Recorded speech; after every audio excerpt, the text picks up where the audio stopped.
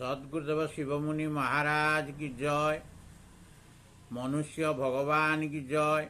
आत्मदेव की जय। आत्मदेव शरीर की जय। ब्रह्म विद्या की जय। योग विद्या की जय।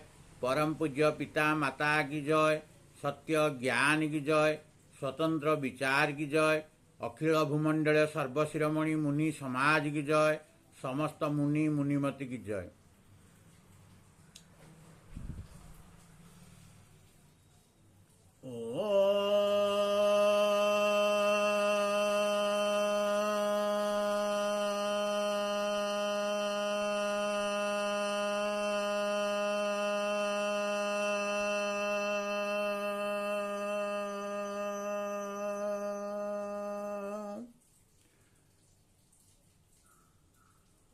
आत्म देव की जय। मु सर्वप्रथमे आत्मदेव को स्तुति करी आत्मज्ञान विषय कहवाक जाऊँगी। तत्संगे संगे समस्त जनता जनार्दन को सत्प्रेम जयजीव।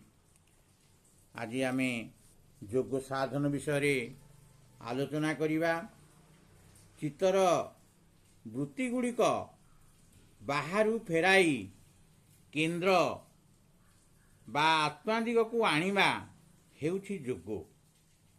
सांप्रदायिक ओ योगर अनभिज्ञ लोके प्रकृत योग को एते विकृत करि देइछन्ति जे लोके योगर स्वरूप ठारू दूरेई जाई योग को भूली जाइछन्ति ओ रोग क्रिया रे छंदी होई जाइछन्ति। आत्मा आड़ को योग ओ संसार आड़ को भोग। भितरे योग बाहरे भोग। किंतु आमे संसार को छाड़ी सर्वदा योगरे लागी रहिबा नहीं। शक्ति स्वास्थ्य आयु बुद्धि ज्ञान शांति श्री ओ तेजर भंडार गंताघर भितरु एहा आय करी बाहर आसी व्यय करिबा। आय व्यय पाई हुए। जे केवल व्यय करे आय करे नहीं से बहुत शीघ्र नष्ट होइजिवो।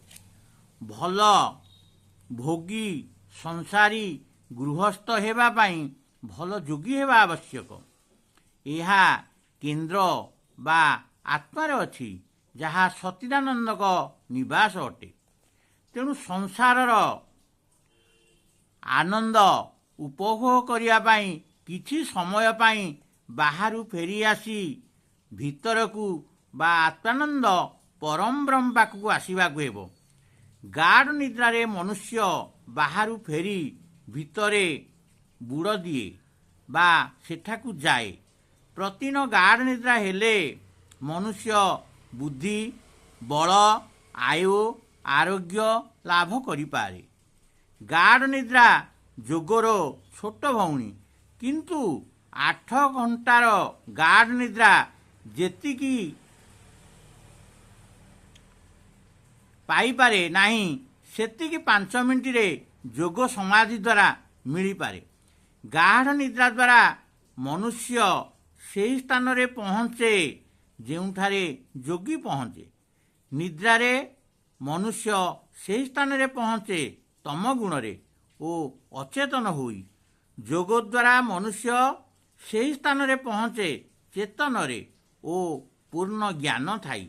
मनुष्य चेतन अवस्था रे सेठारे पहुँची जेउ लाभ पाए अचेतन अवस्था रे सेठारे पहुँची तार 4 भागरु 1 भाग लाभ पाई परिबो नाही।